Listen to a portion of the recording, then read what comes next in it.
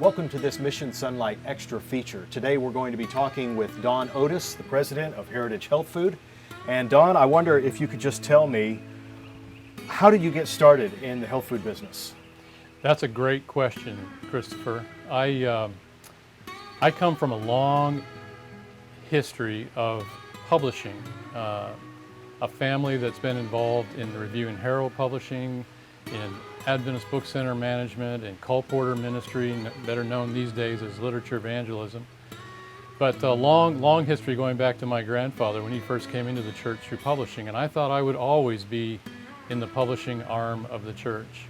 But I think the Lord had other plans for me. I never dreamed that I would wake up in the morning selling veggie hot dogs for a living, but the Lord has put on my heart a burden for the health message that was given to us at the same time as we got a lot of the doctrinal messages back in Battle Creek in those early days.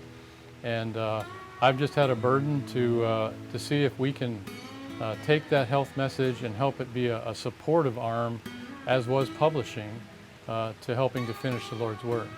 Now, you said that you never dreamed of waking up and selling veggie hot dogs. You have a whole lot more products than veggie hot dogs. Give me just a quick lineup of what's available with Heritage Health. Oh, we have hot dogs, we have corn dogs, we have chicken tenders, veggie fish fillets, we have sizzle burgers, we have corn nuggets, we have a whole array. We also have an organic line of products that it is new that we're developing. It's kind of cutting edge before its time in that it's a non-processed vegetarian food offering that you can customize and make it home yourself.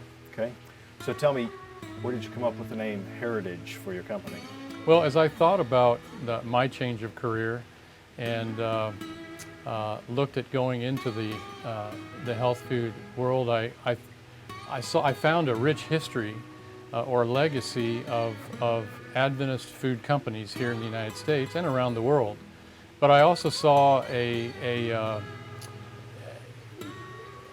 point in our history where our Adventist companies, our Adventist food companies, had been either diminished or sold off outside of the church. And so I thought, if I start a company, I want to call it Heritage, because I think the day may come when we can bring back some of these companies under the SDA leadership and focus and mission, and revitalize that. And I thought Heritage would be a good name for something that may be inclusive of opportunities that may become available. So recently there have been some new opportunities for you to expand your brand in line with the dream you just shared. Tell me about that. We are humbled. I think I had a dream and a vision that this day may come, but sometimes you dream for and wish for things and you don't think they'll ever come about. Well, we've been blessed recently to be approached by Worthington Foods from Kellogg. Kellogg has owned Worthington Foods for the last number of years, and they were interested in selling, so we acquired that brand from Kellogg.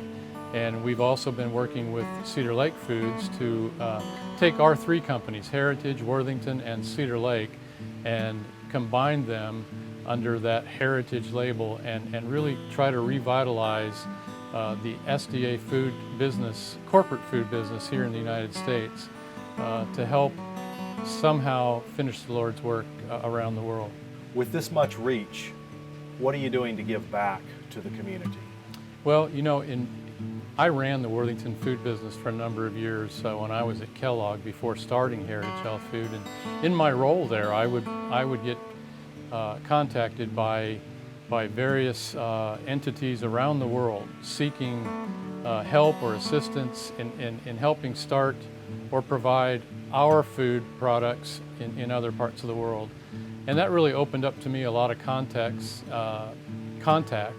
that were looking for assistance. And I looked at Africa and actually talked to a good friend of mine, Kim Busel, who started Frontline Builders. And his sons have been actively involved in Africa for many years, and in various parts of Africa that, some people who have never seen fresh water in their life or had access to it. And Kim and I discussed the idea of somehow tying the sale of our food product here in the United States to a way that we could take a percentage of that and build what we're terming heritage wells in these remote parts of Africa and provide fresh water.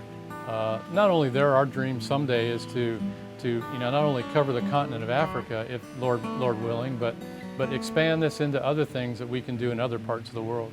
What are the next plans? How do you take Heritage Wells further? Well, again, we're still at the infancy of this. We don't know what the Lord's plan is and how big it will go.